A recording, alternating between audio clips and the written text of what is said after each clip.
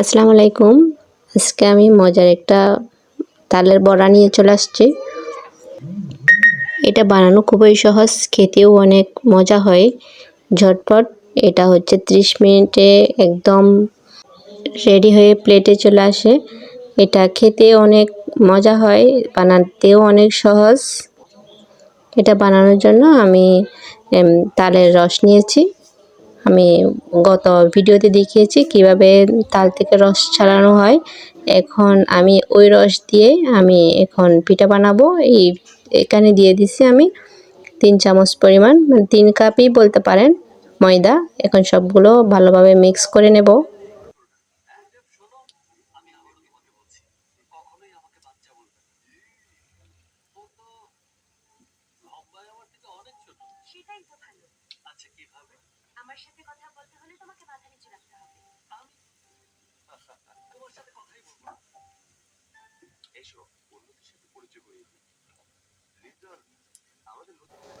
তালের দিনে তালের পিঠা খাবো না, এটা কি কোনোভাবে হয়? তাই আমি নিয়ে নিলাম। এখানে দিয়ে দিচ্ছি 1 চামচের একটু কম আমি দিয়ে দিলাম চিনি। চিনি বেশি দিতে হবে না, এখানে যেহেতু তালের রসের মিষ্টিটাই আছে। আর এখানে বেকিং পাউডার দিয়ে দিলাম 1 চামচের একটু বেশি। আর লবণ দিয়ে দিলাম পরিমাণ মতো। সবগুলা একসাথে দিয়ে মিক্স করে নেব, আর কিছু দিতে হবে না। এভাবে এইটুকু দিয়েই হয়ে যাবে। এখন ভালোভাবে মিক্স করে 30 মিনিটের জন্য রেস্টে রেখে দেব।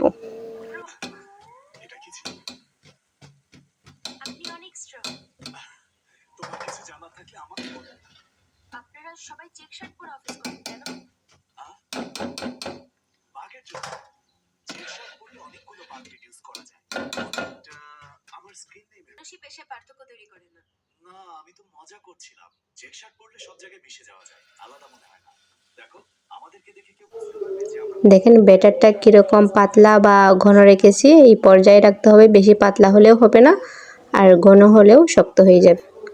আমি এখন 30 মিনিটের জন্য ঢাকনা দিয়ে ঢেকে রাখবো, যেন সবগুলো ভালোভাবে সেট হয়।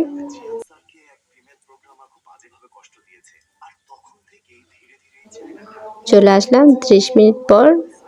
এখন ফুলে নাই, কিন্তু বেকিং পাউডার দিলে ফুলবে না, কিন্তু বানালেই একদম ফুলে যাবে, ডাবল হয়ে যাবে। এখানে আমি তেল দিয়ে দিলাম একটা পাতিলে, এখানে দিয়ে দিলাম অল্প অল্প করে। দেওয়ার সাথে সাথে এগুলা মানে উপরে ফুলে উঠতেছে, ওরকম একদম ফুলকো ফুলকো হয়ে যাচ্ছে।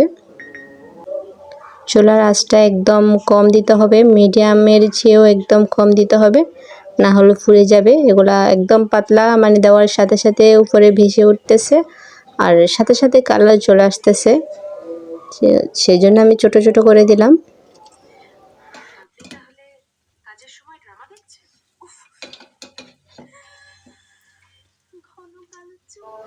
লাল বর্ণ হয়ে গেলে এখন নামিয়ে নেব।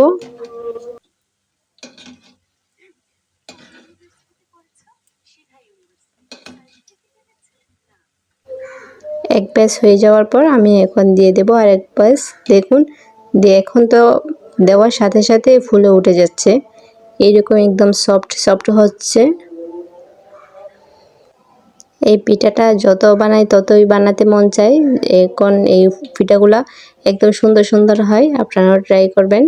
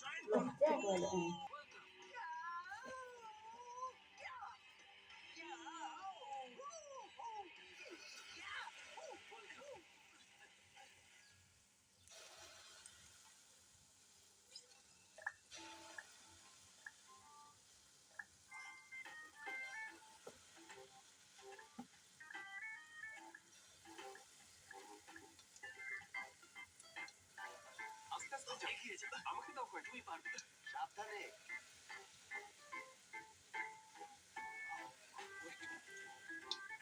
এটা আবার কি? কি হচ্ছে এগুলো? বুঝতে পারছি না রে।